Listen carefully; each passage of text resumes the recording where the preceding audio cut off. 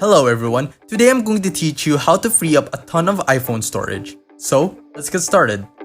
First thing you need to do is go to Settings. Then, we need to scroll to General. And then, go to iPhone Storage. In here you can find a graph that tells you if your storage is full or not. Below that are all of the apps on your phone. Now to clear the storage, what you would need to do is look for the app that you don't really use anymore. For example, I am going to choose Roblox. So if I don't use Roblox anymore and have no plans on using it, I can just simply press delete app right here. But there is also another method, and that is to offload the app. What that means is that you can delete the app size, but you can still keep the documents and data of the app.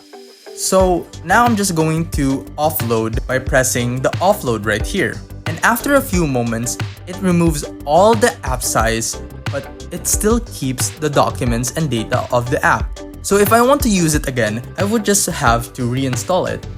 You can do this to other apps and as many apps as you can, but there are also some apps that you can't offload.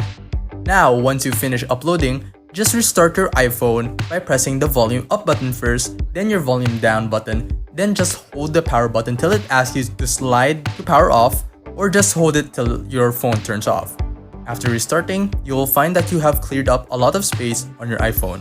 If you find this video informative, be sure to like this video and subscribe for more videos like this.